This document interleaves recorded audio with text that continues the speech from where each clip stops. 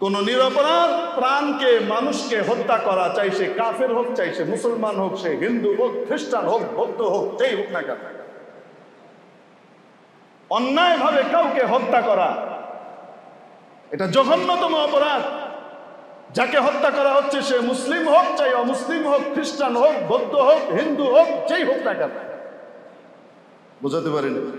অন্যায়ভাবে কাউকে হত্যা করা। আর যদি কেউ কোনো মুসলমানকে হত্যা করে তাহলে তার অবস্থা কি? রব্বুল আলামিন কোরআনে কারীমে ইরশাদ করছেন, ওয়ামান কাতালা মুমিনান মুতাআম্মিদান, ইচ্ছাকৃতভাবে যদি কেউ কোনো মুসলমানকে হত্যা করে, ফাজাযাউহু জাহান্নাম, তার 1 নম্বর সাজা হলো, শুনে রাখো, চিরকালের জাহান্নাম। জান্নাতে যেতে পারবে না, যত কিছুই থাক না কেন, জাহান্নামে যাওয়াই লাগবে। ফাজাযাউহু জাহান্নাম খালিদান ফিহা, চিরকাল থাকবে। কাফেরও চিরকাল থাকবে, এই হত্যাকারীও চিরকাল থাকবে। চিরকাল থাকবে অর্থ কি? এত দীর্ঘ মেয়াদ তাকে জাহান্নামে থাকা লাগবে, এত হাজার হাজার অযুত অযুত লক্ষ কোটি বছর তাকে জাহান্নামে থাকা লাগবে। এটা চিরকালের নামান্তর।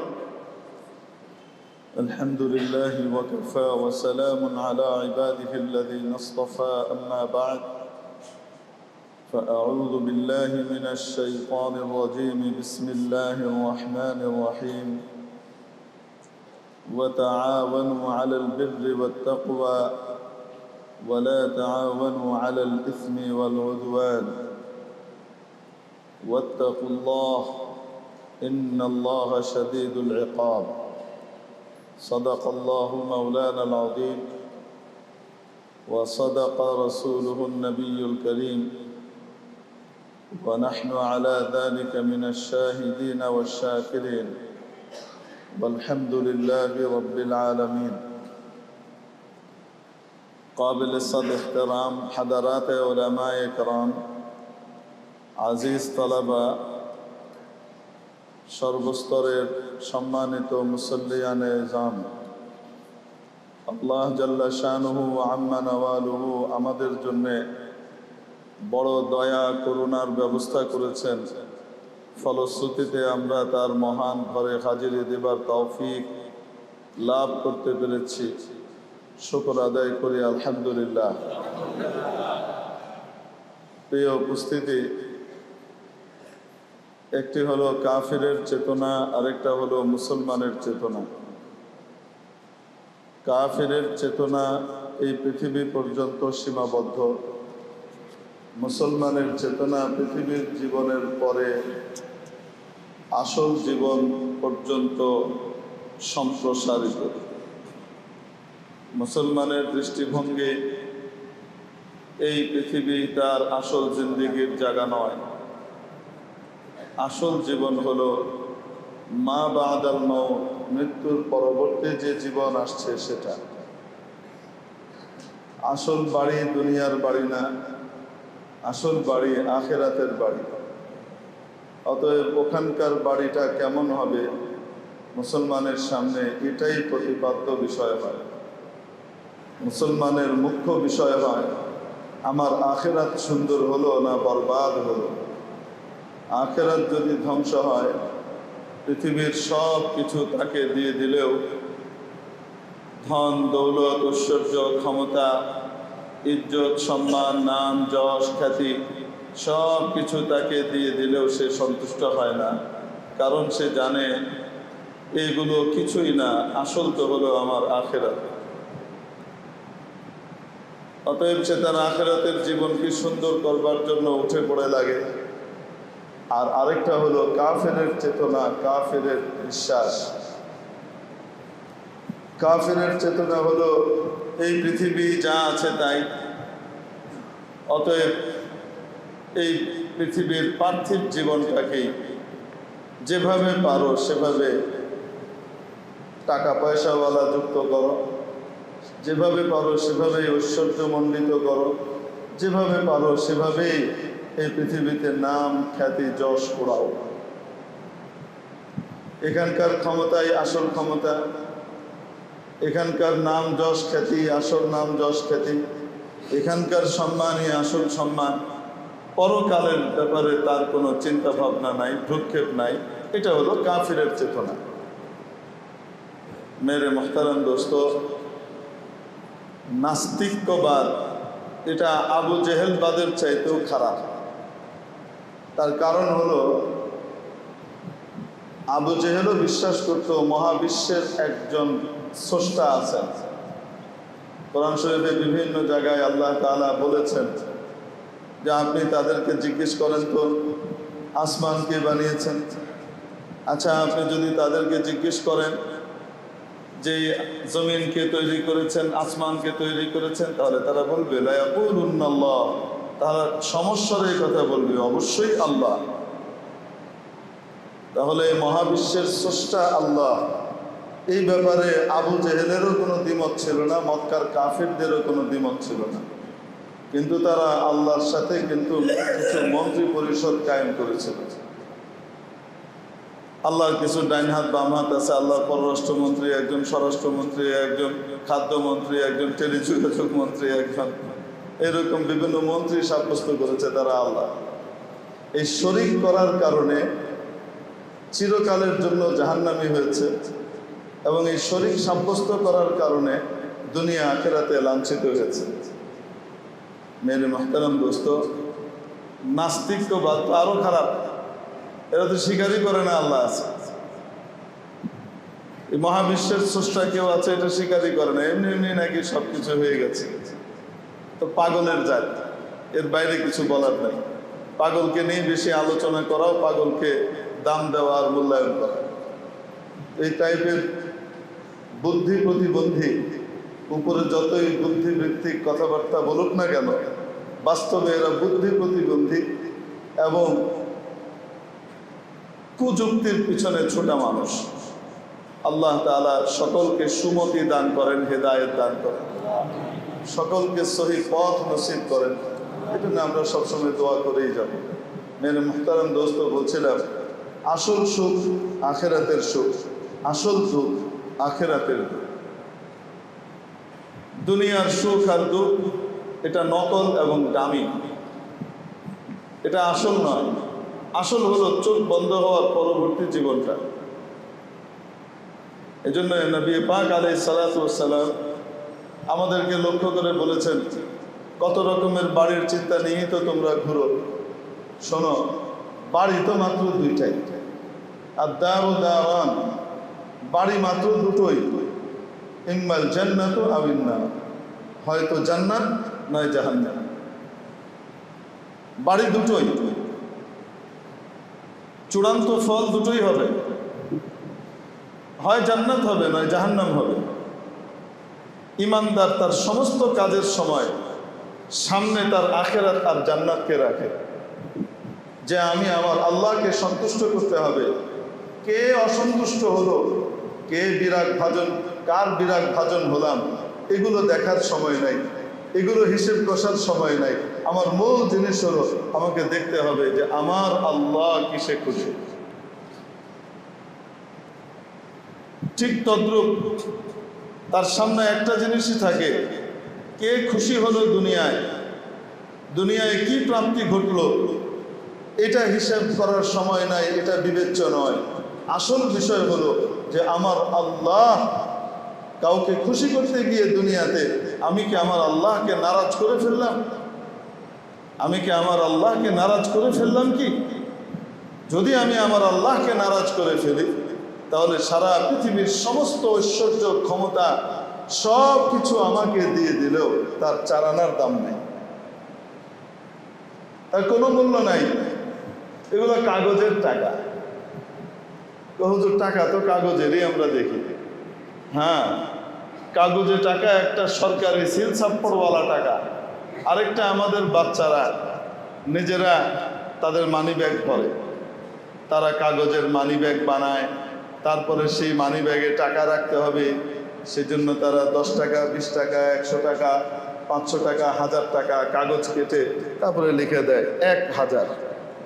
আবার আরেকটু বেশি বুদ্ধিমান হলে নিচে একটু ছোট করে লিখে, চাহিবা মাত্র ইহার বাহককে 1000 টাকা দিতে বাধ্য থাকিবে।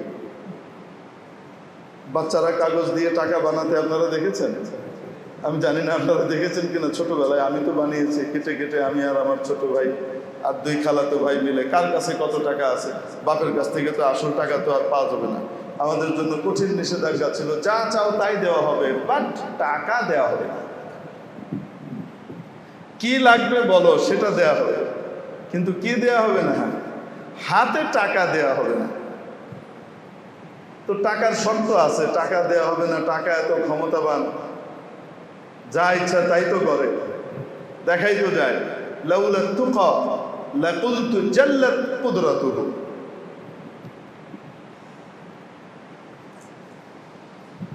মাকামাতে হারিরিওয়ালা রাহিমাহুল্লাহ অনেক বড় আদিব এবং আরবি সাহিত্যিক ছিলেন। তো তার জগৎ বিখ্যাত গ্রন্থ আছে আল মাকামাতুল হারিরিয়া। তাহলে হারিরি রহমতুল্লাহ আলাইহি তার ভিতরে এক জায়গাতে এনেছেন একটা ঘটনা। সেটা হলো এক লোক এক কবিকে একটা দিনার দিয়েছে। দিনার তো চেনেন আপনারা, মানে বর্তমানে কুয়েতি দিনারের কথা বলছি না, আগে তো মাত্র দিরহাম বা দিনার ছিল। দিরহাম মানে রূপার টাকা, আর দিনার মানে সোনার টাকা, খাঁটি সোনা দিয়ে বানানো, সামান্য খাদ মেশানো, তার পরিমাণ আছে, কি পরিমাণ মিশবে, যতটুকুতে ওইটা টিকে থাকে, ভেঙে না যায়। সোনা তো পাতলা নরম ধাতু, এজন্য ওটা ভেঙে যায়, তো খাদ দেওয়া লাগে ওটাকে শক্ত করবার জন্য।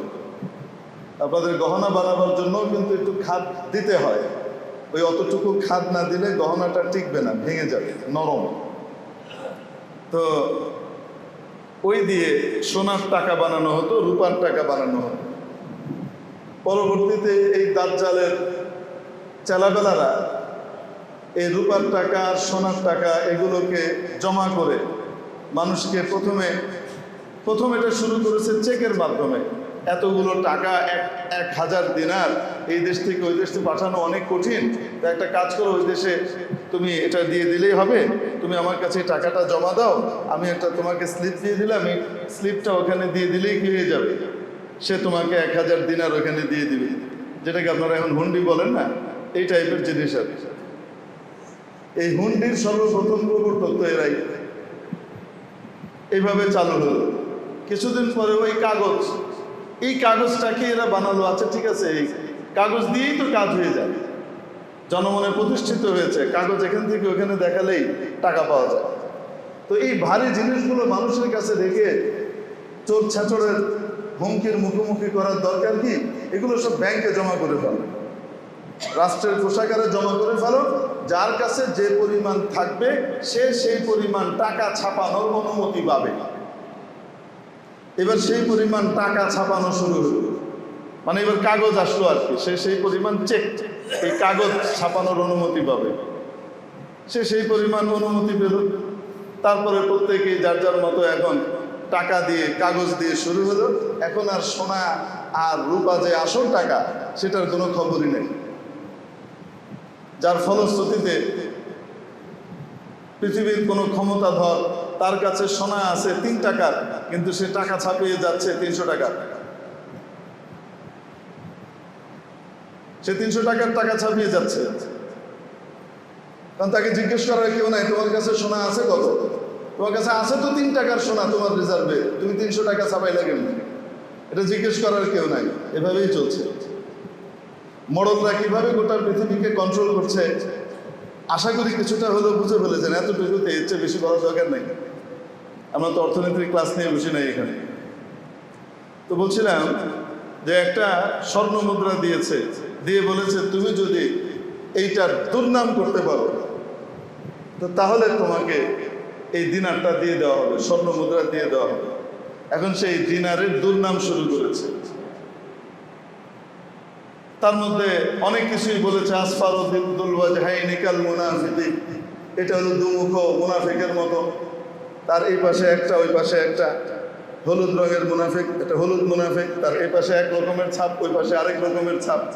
তো যার এই পাশে একরকম ওই পাশে আরেক রকম, তাকে কি বলে? মুনাফিক বলে। তো এটা টাকা একটা মুনাফিক। এটার কারণেই স্বামী স্ত্রীর ভিতরে বিভেদ বাঁধে, এটার কারণে ভাইয়ে ভাইয়ে শত্রুতা তৈরি হয়, এটার কারণে দুনিয়াতে যত ফিতনা ফাসাদ তৈরি হয়, বড় বড় সব এই হয়, এই করে সেই করে, টাকার কারণে যা দোষ আছে সে সব বলছে। তো তো এটা তাকে দিয়ে দেওয়া হয়েছে। দিয়ে আবার আরেকটা স্বর্ণ মুদ্রা নেওয়া হয়েছে, নিয়ে এবার বলা হয়েছে এটার যদি তুমি প্রশংসা করতে পারো এই বৈঠকে, তো তাহলে তোমাকে এটা দিয়ে দেওয়া হবে। এবার সে প্রশংসা শুরু করেছে।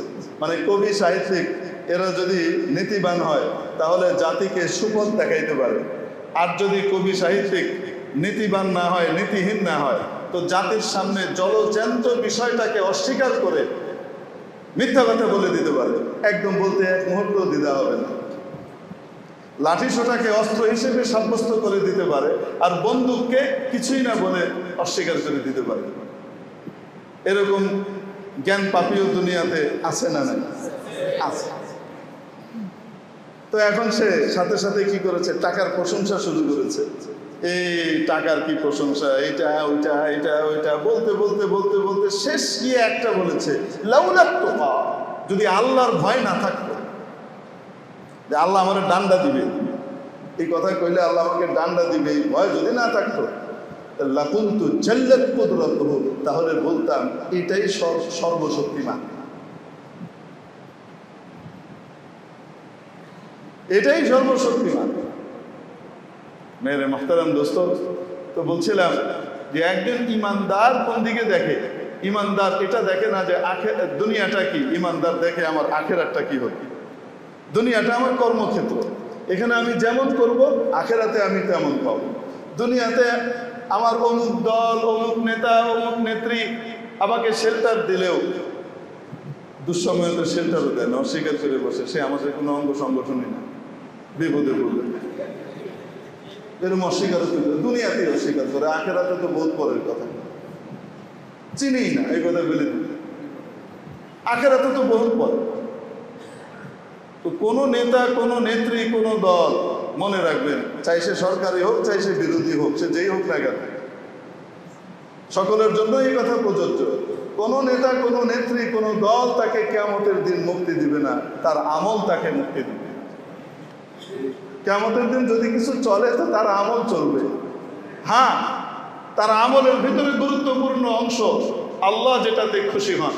আল্লাহ অবশ্যই দুষ্টের দমন এবং শিষ্টের লালনে আল্লাহ খুশি হন, আর আল্লাহ নারাজ হন শিষ্টের দমন আর দুষ্টের লালন, এটাতে আল্লাহ নারাজ হন। এটা সারা দুনিয়াই বলে, খ্রিস্টানও বলে, ইহুদিও বলে, বৌদ্ধও বলে, হিন্দুও বলে। তো মেরে মুহতারাম দোস্ত, এই জন্যই বলছিলাম যে দুনিয়াতে আমরা কাগজের টাকা দেখি। তো আপনারা বলুন হুজুর সবই তো কাগজের টাকায়। আমি এই টাকার কথা বোঝাচ্ছি না, একটা হলো ব্যাংক কর্তৃক ছাপানো, ব্যাংকের অনুমোদনকৃত। আমাকে গতকালকে বাচ্চা জিজ্ঞেস করতেছে, আব্বা এই টাকাগুলোর ভিতরে ফজলে কবির লেখা আছে কেন? এই টাকার ভিতরে ফজলে কবির লেখা, ওইটার ভিতরে এই লেখা।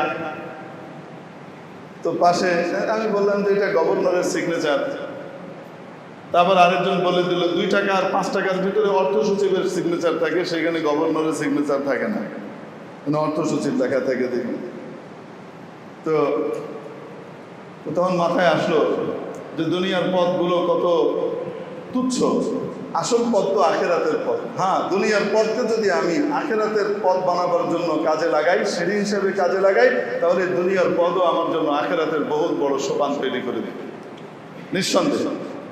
কিন্তু নতুবা শুধু নিছক দুনিয়ার পথ কত ছোট, কত খাটো, যে তৎক্ষণাৎ আমার মাথার ভিতরে এসে অর্থ সচিবের দাম কত 2 টাকা আর 5 টাকা, 2-5-এর উপরে উঠতে পারবে। মেরে মুহতারাম দোস্ত, বলার জন্য মজার কথা বললাম আর কি, এটা আসলে তো ওরকম না।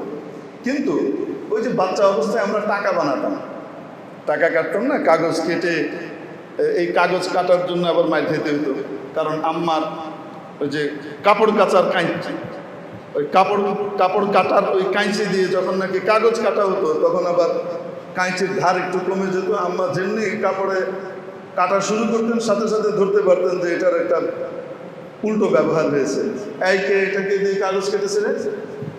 তো সাথে সাথে আমার ছোট ভাই দেখাই দিতেন, ভাইয়া এনেছে, আমি পরে কেটেছি, ভাইয়া আগে এনেছে। কত ভাইয়ার দোষ, খাও মায়। ওই কাগজ কেটে আমরা টাকা বানাইতাম, 100 টাকা কোনায়, 50 টাকা। তখন তো 100 টাকাই বিশাল ব্যাপার, সর্বোচ্চ নোট ছিল 500 টাকা। 100 টাকা 500 টাকা এরকম করে বানিয়ে আমরা ঘর ভরে ফেলেছি। কি খুশি আমরা, খেলার ভিতরে লেনদেন করছি, এটা ওইটা করছি, ওটা কিনলাম এটা কিনলাম। কিন্তু মেরে মোহতারাম দোস্ত বলেন তো দেখি, বাস্তব দোকানে যখন এই টাকা নিয়ে যাব চলবে তো? এই কাগজের টাকা বাস্তব দোকানে যখন নিয়ে যাব চলবে না অচল? বুঝে থাকলে বলেন তো, এটা সচল না অচল? কেন? এটার উপরে ব্যাংক কর্তৃপক্ষের সিল নাই, অনুমোদন নাই। বাংলাদেশের সর্বোচ্চ প্রতিষ্ঠান, অর্থনৈতিক প্রতিষ্ঠান বাংলাদেশ ব্যাংক, তার কি নাই এখানে? অনুমোদন নাই। এই সর্বোচ্চ প্রতিষ্ঠানের অনুমোদন না থাকার কারণে এটা নিছক কাগজ, এটার কোনো দাম নেই। এটা একটা ফালতু জিনিস, এটার কোনো দাম নাই। কেউ যদি এটা দোকানে নিয়ে যায় তাহলে দোকানদার হাসবে। দুনিয়ার দোকানদার হয়তো চিন্তা করবে, আরে বেচারা আসছে, ঠিক আছে যাও ওরা একটা চারেনা চকলেট দিয়ে দাও, অনেক টাকা দিছো তুমি, আচ্ছা ঠিক আছে নাও তোমাকে একটা চকলেট দিলাম। একটা সান্ত্বনা কোনো দোকানদার দিতেও পারে, নাও দিতে পারে।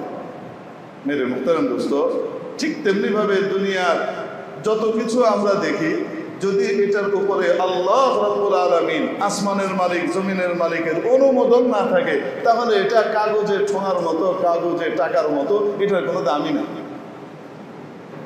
কোনো দাম নাই। আমার বিশাল কুরসি, আমার বিশাল সম্মান, আমার বিরাট পদ, আমার এই স্যালুট, আমার এটা আর ওটা, এগুলার কোনো দাম নাই, কোনো দাম নাই, কোনো দাম নাই, যদি নাকি আল্লাহ রাব্বুল আলামিন খুশি না হয়ে থাকে। আর যদি আল্লাহ খুশি হয়ে থাকেন, আল্লাহ যদি আমার উপরে সন্তুষ্ট থাকেন আর খুশি থাকেন, তাহলে দুনিয়ার কে আমাকে মূল্যায়ন করেছে কে করেনি এটা পরোয়া করবারও সময় না। এটা তুচ্ছ, এটা নাথিং। তার দাম আল্লাহর কাছে অনেক বেশি।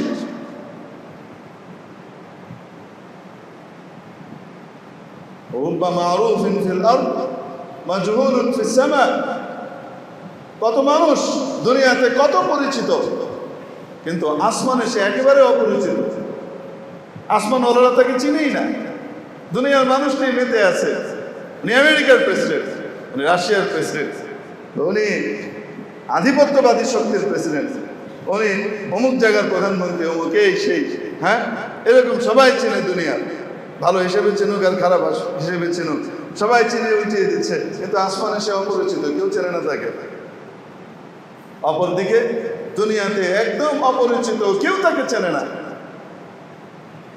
তার কোনো মূল্যায়নও কেউ করে না। মারুফুন ফিস সামা। আর আসমানবাসীরা তাকে নিয়ে মেতে থাকে, তার কর্মকাণ্ড নিয়ে আলোচনা করতে থাকে, তার কর্মকাণ্ড নিয়ে, তার আমল নিয়ে তারা গবেষণা করতে থাকে। আরে বাপ রে বাপ, এই লোকটা কত বুদ্ধিমান যে সে আল্লাহর কত নিকটে চলে গেছে। তো আসল জিন্দেগি তো আখিরাতের জিন্দেগি, আসল জিন্দেগি তো দুনিয়ার জিন্দেগি না। যে মানুষ সে কথা মনে করবে যে আমার আসল জিন্দেগি আখিরাতের জিন্দেগি, সে প্রতি মুহূর্তে আমার দুনিয়ার যে কোনো কাজকর্মে সে সামনে রাখবে যে আমার আল্লাহ আমার উপরে এটার কারণে খুশি হবে না নারাজ হবে। যদি আল্লাহ নারাজ হন তাহলে যেই বলুক না কেন আমি এই কথা মানতে বাধ্য নই, আমি করব না। না খেয়ে থাকতে পারবো, কিন্তু তারপরেও আল্লাহকে নারাজ করতে পারবো না। আমার বাচ্চারা না খেয়ে থাক, তারপরেও আমি আল্লাহকে নারাজ করতে পারবো না। কারণ আমার এই না খেয়ে থাকা, এই সত্যের পথে অটল থাকতে গিয়ে আমার এই বাচ্চাদের না খেয়ে থাকা, এটার প্রতিটার আজর বিনিময় আমি আল্লাহর কাছে আখিরাতেও পাবো, দুনিয়াতেও পাবো। রিজিক দেওয়ার মালিক তো আল্লাহ। মুসলমানের বিশ্বাস তো হলো রিজিক দেওয়ার মালিক কে? আল্লাহ। আল্লাহ নেককারকেও রিজিক দেন, সৎ মানুষকেও রিজিক দেন, চোরকেও দেন, ডাকাতকেও দেন।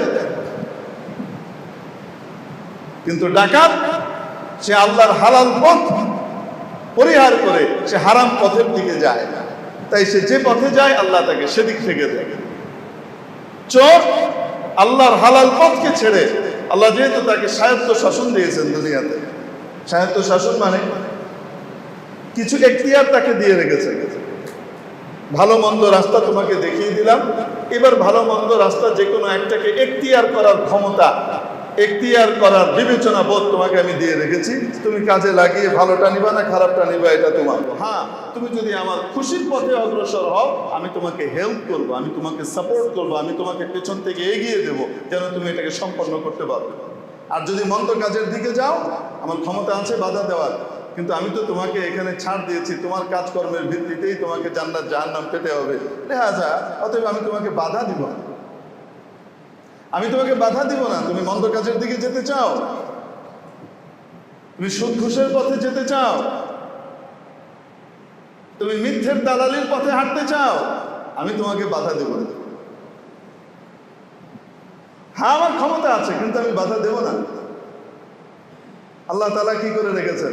ছাড় দিয়ে রেখেছেন এই দুনিয়ায়। বান্দা যে পথ এখতিয়ার করবে, আল্লাহ তাবারক ওয়া তাআলা সেই পথে তার জিনিসটাকে কি করবেন? সরবরাহ করবেন, পৌঁছাবেন। মেরে মুহতারাম দোস্ত, তবে আল্লাহ তাআলা নিজের কুদরত এবং ক্ষমতা দেখাবার জন্য মাঝে মাঝে তার সেন্ট্রাল ক্ষমতা প্রয়োগ করেন, মাঝে মাঝে প্রয়োগ করেন। যে বান্দা জাহান্নামের একদম দ্বার প্রান্তে চলে গেছে, সে জাহান্নামের কাজ করতে করতে করতে করতে জাহান্নামের দ্বার প্রান্তে পৌঁছে গেছে, আল্লাহ তাবারক ওয়া তাআলা শেষ মুহূর্তে তাকে টেনে ধরেন। স্বাভাবিক নিয়ম কি? স্বাভাবিক নিয়ম আল্লাহ তাআলার জীবনটা যেমন হবে মরণটা তেমন হবে।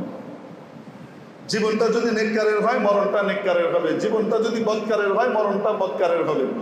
আর মরণ যেমন হবে আখিরাত তেমন হবে। ইন্নাকুম তুবআসুন কামা তামুতুন ওয়া ইন্নাকুম তামুতুনা কামা তাঈশুন আও কামা ক্বালা আলাইহিস সালাতু ওয়াস সালাম। তোমাদের আখিরাত আর উত্থান তেমন হবে যেমন তোমাদের মরণ হবে, তোমাদের মরণ তেমন হবে যেমন তোমাদের জীবন হবে। স্বাভাবিক নিয়ম আল্লাহ তাআলার যে জীবন যেমন মরণ তেমন, কিন্তু আল্লাহ এটা বদলানোর ক্ষমতা রাখেন কিনা? তো সেই বদলানোটা বদলাইলে ক্ষমতাটা যদি কখনো প্রয়োগ করেন, হাজারে লাখের ভিতরে এক্সেপশনালি ভাবে যদি আল্লাহ তাআলা কি করেন? প্রয়োগ করেন, তো সেটা কেমন করেন? যে জাহান্নামের দ্বার প্রান্তে চলে গেছে, বাস মরণটা বাকি, মৃত্যুটা আসবে আর জাহান্নামে সোজা যাবে। ঠিক সেই মুহূর্তে আল্লাহ তাআলা তাকে টেনে ধরেন, তার দিলের ভিতরে অদ্ভুত এক পরিবর্তন তৈরি করে দেন। সে তওবা করে ফেলে, জীবনের সবকিছু থেকে মাফ চেয়ে আল্লাহর কাছে একেবারে পুত পবিত্র হয়ে যায় এবং কান্নাকাটি করে সে পাগল পারা হয়ে যায় যে কোন বান্দার কি হক নষ্ট করেছি, তার কাছে গিয়ে মাফ চাই। এটার জন্য সে পাগল হয়ে যায়, অস্থির হয়ে ছোটাছুটি করতে থাকে।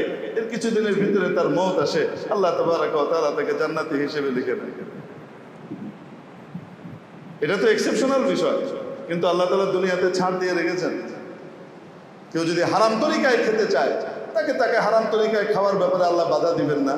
আর যদি কেউ হালাল তরিকায় খেতে চায়, আল্লাহ তাকে হেল্প করবেন, সাপোর্ট করবেন। বান্দা আমি তোমাকে ব্যবস্থা করে দিচ্ছি, চলো।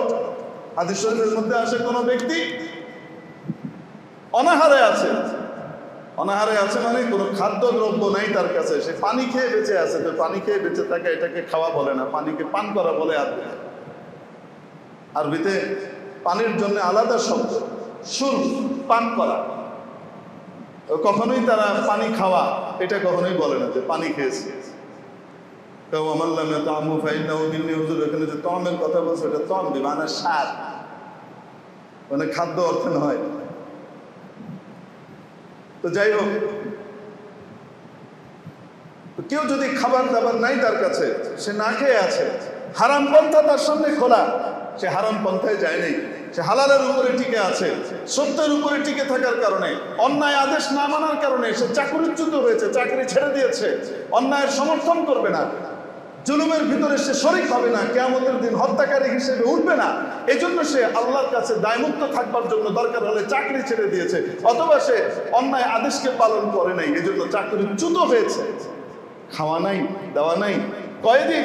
3 দিন পর্যন্ত কারো ঘরে যদি খাবার না থাকে আর সে সবর করে, আল্লাহ রাব্বুল আলামিনের পক্ষ থেকে নবীজি ঘোষণা করেছেন তার জন্য 1 বছরের প্রশস্ততার খাবারের রিজিকের ফয়সালা করে দেওয়া হয়।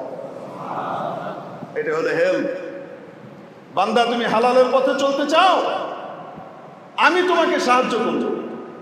মহান আল্লাহ যাকে সাহায্য করেন, তার চেয়ে বড় বর্তে যাওয়া ব্যক্তি, তার চেয়ে বড় ভাগ্যবান দুনিয়াতে আর কে হতে পারে? আর হারামের পথে চললাম, অন্যায় অবিচারকে সমর্থন করলাম। আমি বারবার বলি এই কথা, অন্যায় অবিচার শুধু রাষ্ট্রীয়ভাবে হয় না, অন্যায় অবিচার সামাজিকভাবেও হয়, অন্যায় অবিচার পারিবারিকভাবেও হয়, অন্যায় অবিচার ব্যক্তি নিজের উপরেও করে। যখন সে নিজে জান্নাতের পথকে রুদ্ধ করে নিজেকে জাহান্নামের পথে ঠেলে দিতে থাকে, সে নিজের উপর অবিচার করে। এজন্য কিয়ামতের দিন তাকে বলা হবে, যে ব্যক্তি অন্য কারোর উপরে জুলুম করে নাই কিন্তু সে আল্লাহর হুকুম না মেনে জাহান্নামী হয়েছে, তাকেও জালেম বলা হবে। কি অর্থে জালেম বলা হবে? তুমি নিজের উপরে জুলুম করেছো। তোমার জন্য তো আল্লাহ জান্নাতের মেহমানখানা খুলে দিয়েছিলেন, আল্লাহ নিজের রয়্যাল গেস্ট হাউস ওপেন করে দিয়েছিলেন। তুমি সেই জান্নাতে না গিয়ে তুমি জাহান্নামের পথে গেলা, তো তুমি নিজের উপরে অবিচার এবং জুলুম করলা না? এই জন্য আমরা যখন ওই যে নামাজের মধ্যে দোয়া পড়ি, নামাজের মধ্যে দোয়া পড়ি না, নামাজের শেষ বৈঠকে সবাই তো পড়ে, শুধু হুজুররা পড়ে না, সবাই মুসলমান বলতেই পড়ে। যারা রাজনীতি করে না শুধু তারাই পড়ে না, রাজনীতি যারা করে তারাও পড়ে। সরকারি দল আওয়ামী লীগ করলে তারাও পড়ে, বিরোধী দল বিএনপি করলে তারাও পড়ে, জাতীয় পার্টি করলে তারাও পড়ে। বলেন না কেন? যে কোনো নামাজি এই দোয়াটা পড়ে, পড়ে না? পড়ে না? দরুদ শরীফের পরে একটা দোয়া পড়ি না আমরা? বলেন তো সেই দোয়াটা কি? আল্লাহুম্মা ইন্নী যালামতু নাফসি যুলমান কাসীরা ولا يغفر الذنوب إلا أنت فاغفر لي مغفرة من عندك وارحمني إنك أنت الغفور الرحيم اللهم إني ظلمت نفسي ইয়া আল্লাহ, আমি আমার নিজের উপর জুলুম করেছি, অত্যাচার করেছি। যুলমান কাসীরা, অনেক অনেক অনেক অত্যাচার। ইয়া আল্লাহ, আমি আমার নিজের উপর বড় ধরনের জুলুম আর অত্যাচার করেছি। কি কারণে? কারণ আমি গুনাহ করেছি।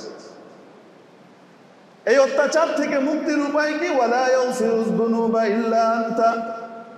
এই গুনাহগুলোকে কেউ মাফ করতে পারে না, কেউ ক্ষমা করতে পারে না, একমাত্র আপনি আল্লাহ। গুনাহ মাফ করার জন্য তো একমাত্র আপনিই আছেন। ফাগফিরলি মাগফিরাতাম মিন ইনদিকা, অতএব আপনার পক্ষ থেকে আপনি বিশেষ মাগফিরাত আর ক্ষমা আমাকে দান করেন। আপনার পক্ষ থেকে আপনি আপনার বিশেষ ক্ষমা আমাকে দান করেন, আমি গুনাহ করেছি। ওয়ারহামনি, আমার উপর দয়া করেন। ইন্নাকা, নিশ্চয়ই আপনি মহা ক্ষমাশীল, অতিশয় দয়ালু। আপনি দয়া করে আমাকে ক্ষমা করেন। প্রতি নামাজের সময় এই কথা বলি কি বলি না? এই কথা বলে আবার জালিমের সহায়ক কিভাবে হই, জালিমের পক্ষপাতিত্ব কিভাবে করি, এই কথা বলে আবার ইসরায়েলের পক্ষে নিজের নামটা কিভাবে লেখাই।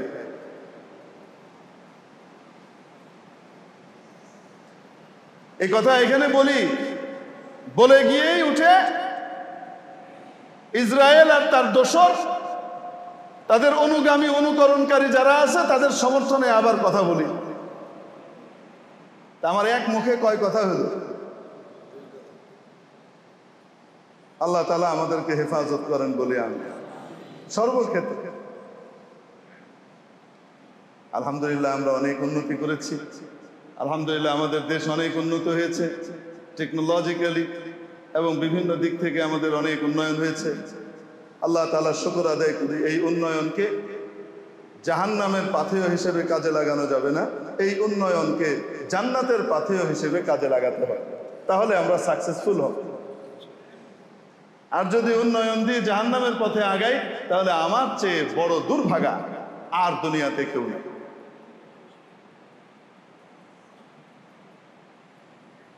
আল্লাহু আকবার, আল্লাহু আকবার, আল্লাহু আকবার।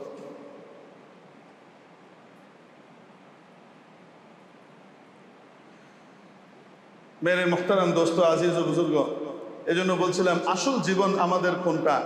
আল্লাহ তাবারাকা ওয়া তাআলা ঈমানদার এবং বেঈমানের চেতনার ভিতরে মৌলিক পার্থক্য করে দিয়েছেন। বেঈমান শুধুমাত্র দুনিয়া দেখে, আর ঈমানদার সামনে কি রাখে? আখিরাতকে রাখে। তার সমস্ত কাজের সামনে আখিরাত। এবং আল্লাহ তাআলা বলছেন যে তার আখিরাতকে সামনে রেখে চলবে, তার দুনিয়াও আমি ঠিক করে দিব। দুনিয়াতেও তাকে আমি সুখ দিয়ে দিব। আর যে তার দুনিয়াকেই শুধু সামনে রাখবে, আখেরাতকে সামনে রাখবে না, দুনিয়াতে যদি তার বরাদ্দ আমি কিছু লিখে রাখি, সে যা চাবে তাই তো পাবে না। আমি যা বরাদ্দ রেখেছি ওইটাই সে পাবে। ওয়ামা লাহু ফিল আখিরাতি মিন নাসিব, আখিরাতে তার কোনো অংশই নেই, সে চিরস্থায়ী হতভাগা, জাহান্নামের অতল গহ্বরে নিপতিত হয়ে থাকে। এই জন্য মেরে মুহতারাম দোস্ত, আমলের দাম। আমল মানুষকে হয়তো সর্বোচ্চ শিখরে আরোহণ করায়, আর আমল মানুষকে একেবারে অধপতিত করে ছেড়ে দেয়। জবান আর মুখের সদ্ব্যবহার মানুষকে আসমানে উঠায়, মুখের অপব্যবহার তাকে তার সম্মানের সর্বোচ্চ শিখর থেকে নামিয়ে মানুষের পায়ের তলে আর কমোডের ভিতরে ঢুকিয়ে দেয়। জলজান্ত প্রমাণ আপনাদের সামনেই, এগুলো বলার কিছুই নেই। এই জন্য জবানকে নিয়ন্ত্রণ করা বহু গুরুত্বপূর্ণ বিষয়। কিয়ামতের দিন আমার এক কথার ওজন হবে, ওজন, এক একটা কথার ওজন হবে। আমার এই কথা দিয়ে যদি আল্লাহর খুশি হওয়ার কথা হয়ে থাকে, তাহলে এটার ওজন হবে, আমি জান্নাতে যাব এই ওজন দিয়ে, কথা দিয়ে। আর একটা কথা, অনেক বড় বড় আমল করেছি, কিন্তু একটা কথা আল্লাহকে অসন্তুষ্ট করে দিয়েছে, সেই অসন্তুষ্ট করা কথাটার ওজন এত ভারী হয়ে যাবে যে আমার আমল, ওই তসবিহ তাহলিল, সকালের কোরআন তেলাওয়াত, বিকালের তাহাজ্জুদ, রাতের এটা সেটা যা আছে, এগুলা কিছুই কাজে লাগবে না, সব জাহান্নামে নিয়ে ফেলে দিবে। একটা কথার ওজন এত বেশি। একবার রাসূল পাক সাল্লাল্লাহু আলাইহি ওয়াসাল্লাম নবীজির সামনে একবার আম্মাজান আয়েশা সিদ্দিকা রাদিয়াল্লাহু তাআলা আনহা ছিলেন।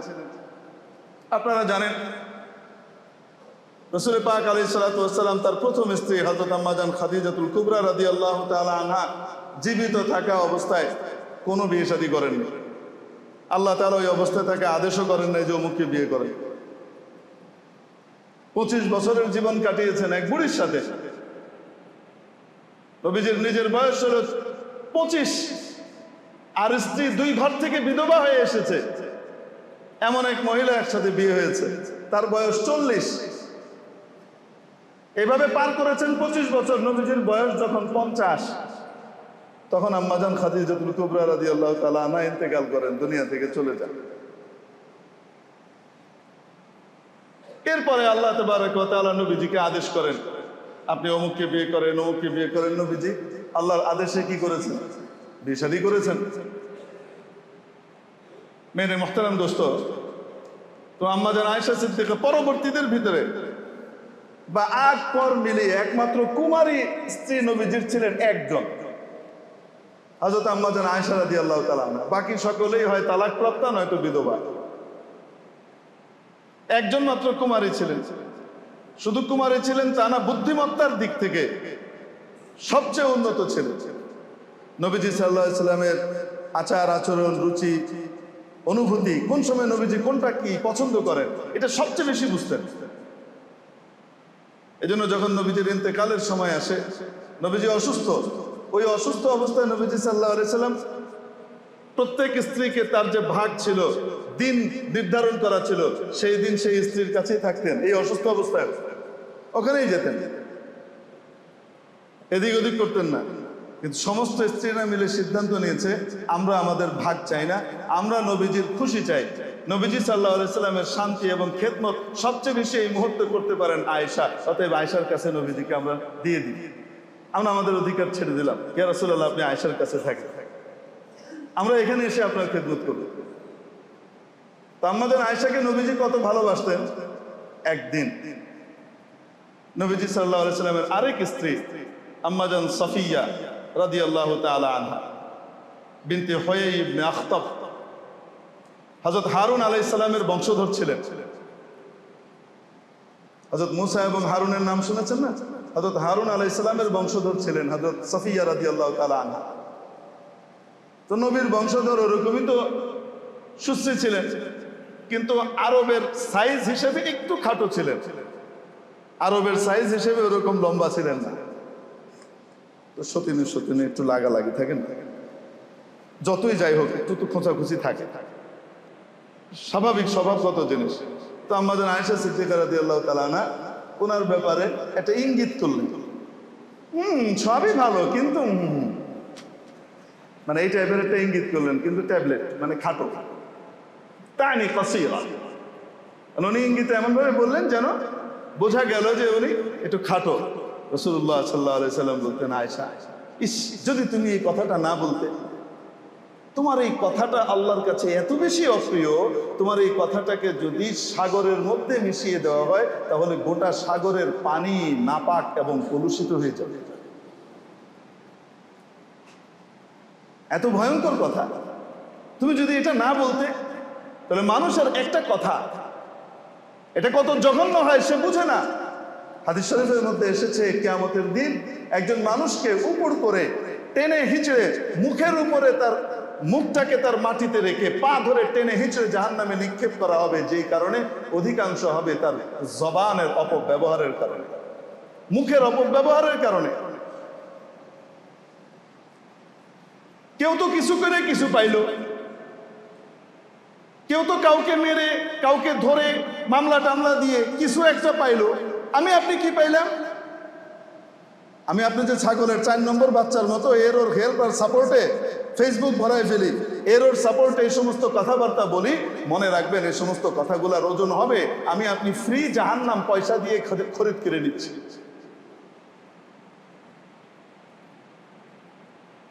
এজন্য ওয়াতাআওয়ানু আলাল বিররি ওয়াত তাকওয়া,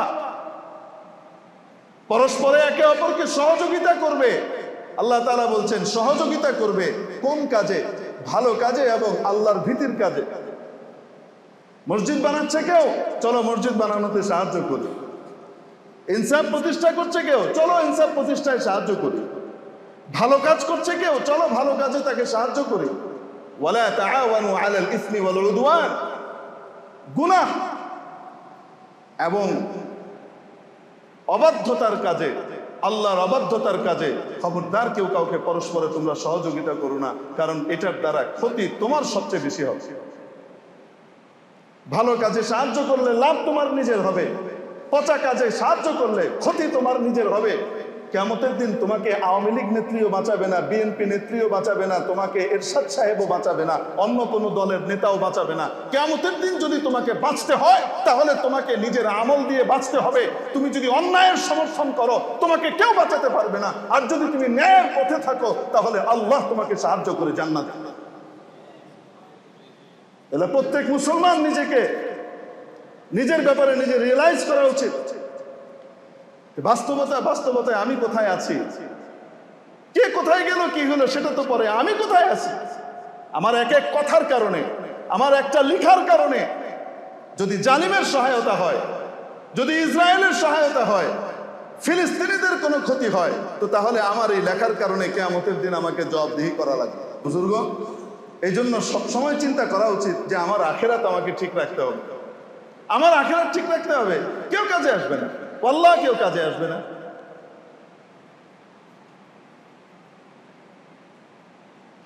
কাজে যদি আসে তো কে আসবে? আমার আমল আসবে। আবার অপরদিকে একটা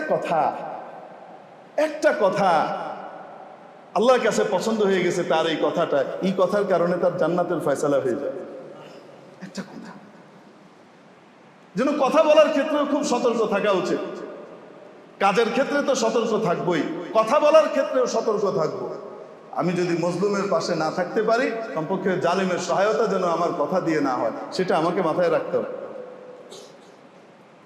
সেটা আটলান্টিকের ওই পারের জালিম হোক, চাই লোহিত সাগরের ওই পারের ইসরায়েল জালিম হোক, চাই দূরের জালিম হোক, চাই কাছের জালিম হোক, তাই বাড়ির জালিম হোক, চাই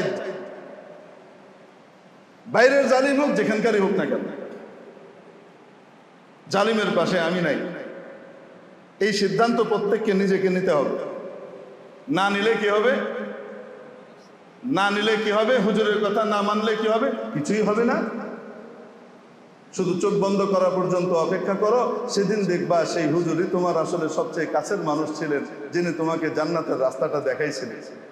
তুমি সেই রাস্তাটা নাও নাই, সেদিন মনে হবে হায় আমি কাকে বন্ধু হিসেবে গ্রহণ করেছিলাম। ويوم يعض الظالم على يديه ويقول يا ليتني لم اتخذ فلانا خليلا لقد اضلني عن الذكر بعد اذ جاءني وكان الشيطان للانسان خذولا। কিয়ামতের দিন একজন ব্যক্তি তার হাত কাটতে থাকবে। নবীজির যুগের একটা ঘটনা, নবীজির যুগের একটা ঘটনাকে কেন্দ্র করে এই আয়াত অবতীর্ণ হয়। এক লোক নবীর বিরুদ্ধাচরণ করে গিয়ে যোগ দিয়েছে কার সাথে? নবীর বিরুদ্ধের লোকের সাথে, তার সাথে বন্ধুত্ব পাতিয়েছে। ওই বন্ধুত্বের কারণে সে নবীর ন্যায় কথাকে সমর্থন করতে পারে নাই, নবীজির বিরোধিতায় অবতীর্ণ হয়েছে। আল্লাহ তাআলা বলেন কিয়ামতের দিন এই লোক উঠবে আর এভাবে নিজের হাত কামড়ে কেটে ফেলবে, খেয়ে ফেলবে। ওয়ায়াউমা ইয়া'আদু যালিমু আলা ইয়াদাইহি, তার দুই হাত কামড়ে কামড়ে সে খেয়ে ফেলবে, কেটে ফেলবে। ওয়ায়াকুলু ইয়া লাইতানি, আর সে বলবে হায় হায় আমি লাম আত্তাখিদ ফুলানান খলিলা, যদি অমুককে আমি বন্ধু না বানাতাম, হায় আমি যদি অমুককে বন্ধু না বানাতাম, হায় আমি যদি দেশি বিদেশি ইসরায়েলকে বন্ধু না বানাতাম,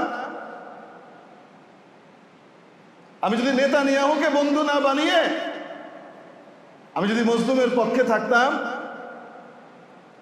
ইয়া লাইতানি লাম আত্তাখিদ ফুলানান খলিলা, কেন এই বন্ধু আমাকে আসল সঠিক পথ থেকে বিচ্যুত করেছে, তার মোহ তার মায়া আমাকে সঠিক পথ গ্রহণ করতে দেয় নাই। লাকাদ আদাল্লানি আনি যিকর, আল্লাহর স্মরণ থেকে আমাকে কি করেছে? বিচ্যুত করে দিয়েছে।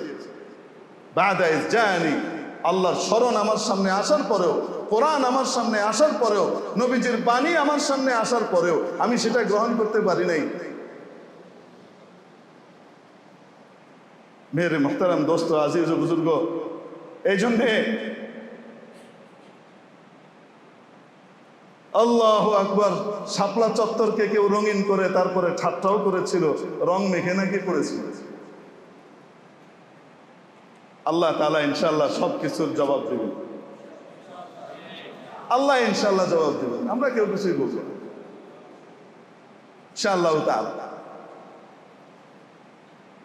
হ্যাঁ, রাস্তা একটা খোলা আছে, সেই রাস্তা হলো ভুল করে ফেলেছি, তওবা করে ফেললাম, আর কোনোদিন এই পথে হাঁটবো না, মাফ চেয়ে নিলাম, বড় ভুল করেছি, আর জীবনে এরকম করবো না, আল্লাহ আমাকে মাফ করে দেন। যাদের হক নষ্ট করেছি তাদের কাছে ক্ষমা চেয়ে নিলাম, আল্লাহ তাআলা গফুরুর রহিম। আল্লাহ তাআলা রাস্তা খোলা রেখেছে, আছে রাস্তা খোলা।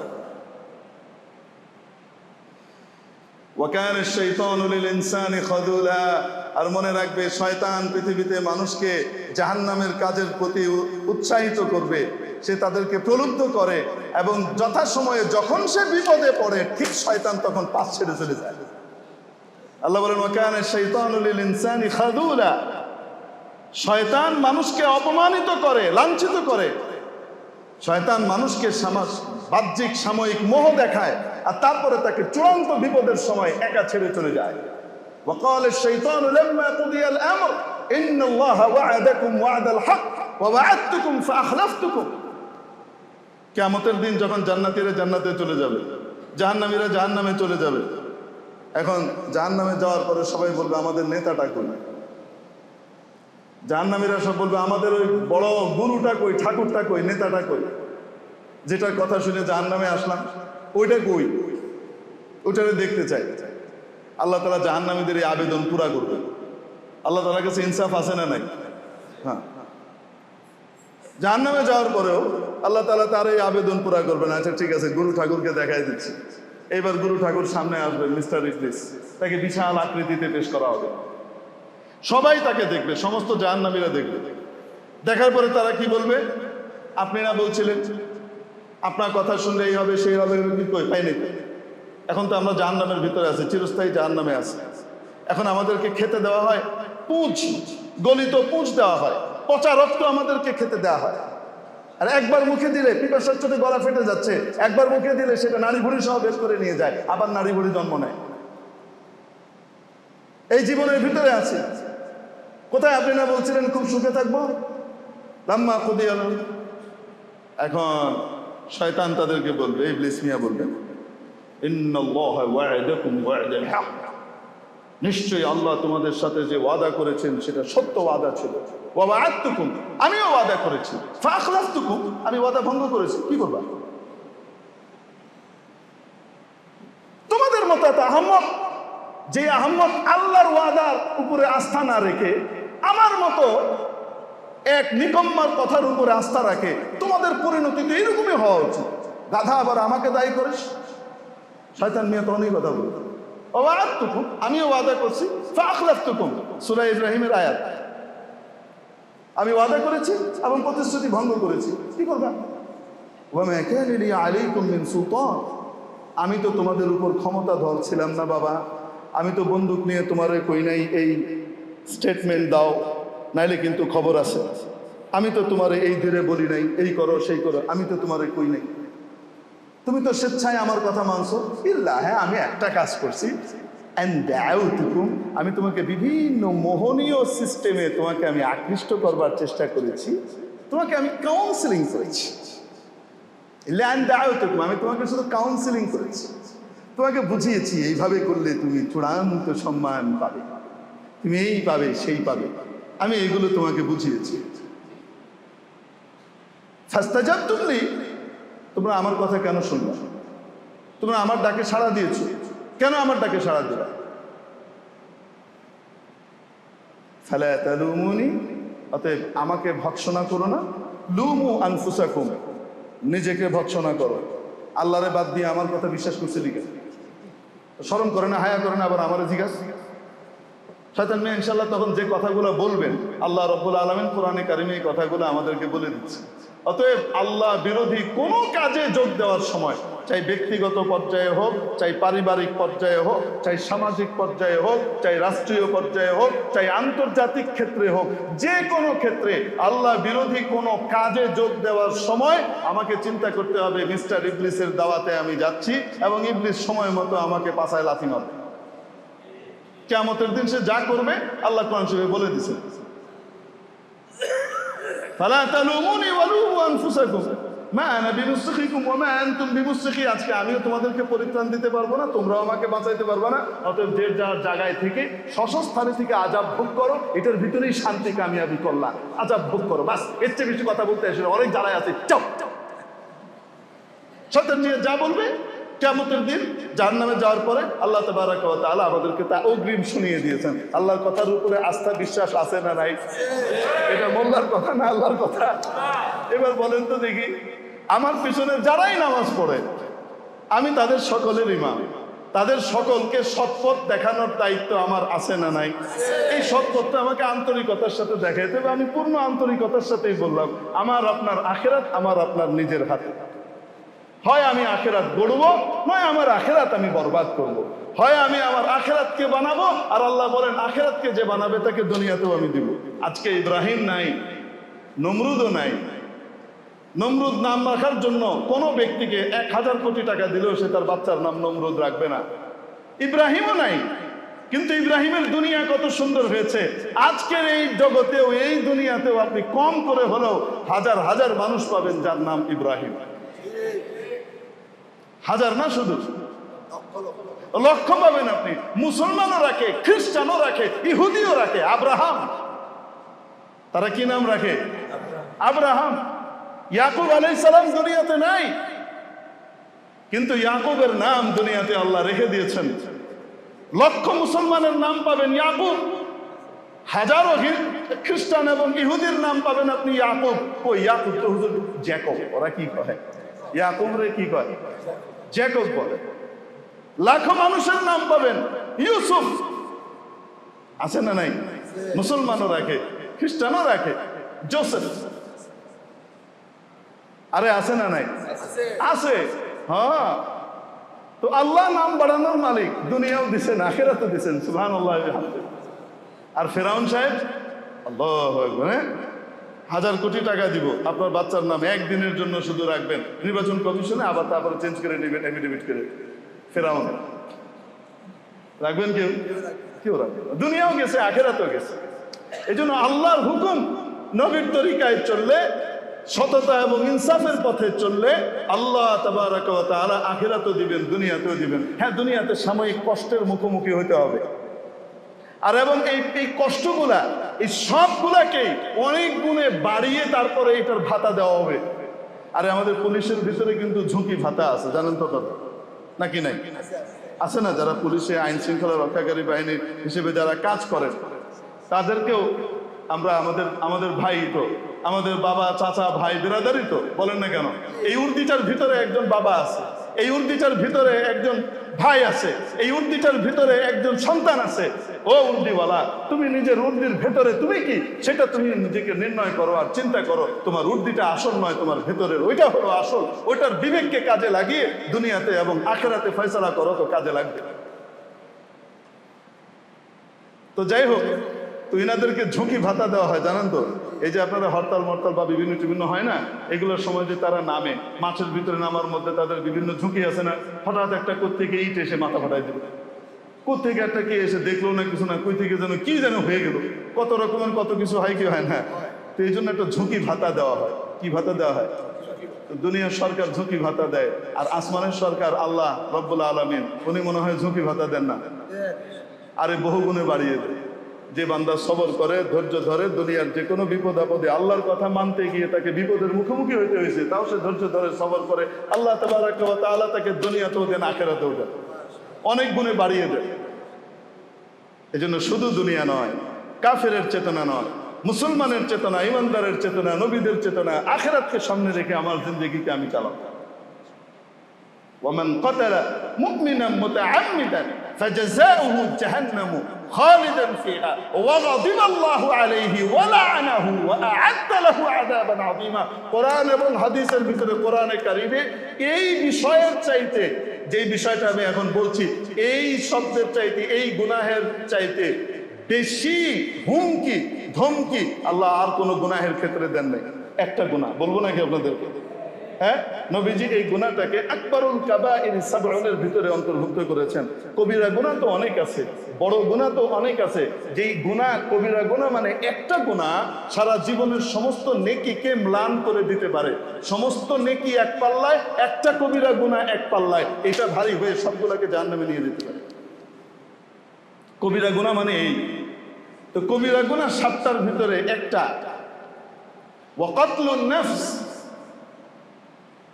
কোন নিরপরাধ প্রাণকে, মানুষকে হত্যা করা, চাই সে কাফের হোক, চাই সে মুসলমান হোক, সে হিন্দু হোক, খ্রিস্টান হোক, বৌদ্ধ হোক, যেই হোক না কেন, অন্যায় ভাবে কাউকে হত্যা করা, এটা জঘন্যতম অপরাধ। যাকে হত্যা করা হচ্ছে সে মুসলিম হোক, চাই অমুসলিম হোক, খ্রিস্টান হোক, বৌদ্ধ হোক, হিন্দু হোক, যেই হোক না কেন। বুঝাতে পারেন? অন্যায় ভাবে কাউকে হত্যা করা। আর যদি কেউ কোনো মুসলমানকে হত্যা করে, তাহলে তার অবস্থা কি? রব্বুল আলামিন কোরআনে কারীমে ইরশাদ করছেন, ওয়ামান কাতালা মুমিনান মুতাআম্মিদান, ইচ্ছাকৃতভাবে যদি কেউ কোনো মুসলমানকে হত্যা করে, ফাজাযাউহু জাহান্নাম, তার 1 নম্বর সাজা হলো, শুনে রাখো, চিরকালের জাহান্নাম। জান্নাতে যেতে পারবে না, যত কিছুই থাক না কেন, তো জাহান্নামে যাওয়াই লাগবে। ফাজাযাউহু জাহান্নাম খালিদান ফিহা, চিরকাল থাকবে। কাফেরও চিরকাল থাকবে, এই হত্যাকারীও চিরকাল থাকবে। চিরকাল থাকবে অর্থ কি? এত দীর্ঘ মেয়াদ তাকে জাহান্নামে থাকা লাগবে, এত হাজার হাজার অযুত অযুত লক্ষ কোটি বছর তাকে জাহান্নামে থাকা লাগবে। এটা চিরকালের নামান্তর। ওয়া গাদিবাল্লাহু আলাইহি, আল্লাহ তার উপরে চরম রুষ্ট হন। ওয়া লাআনাহু, আল্লাহ তার উপরে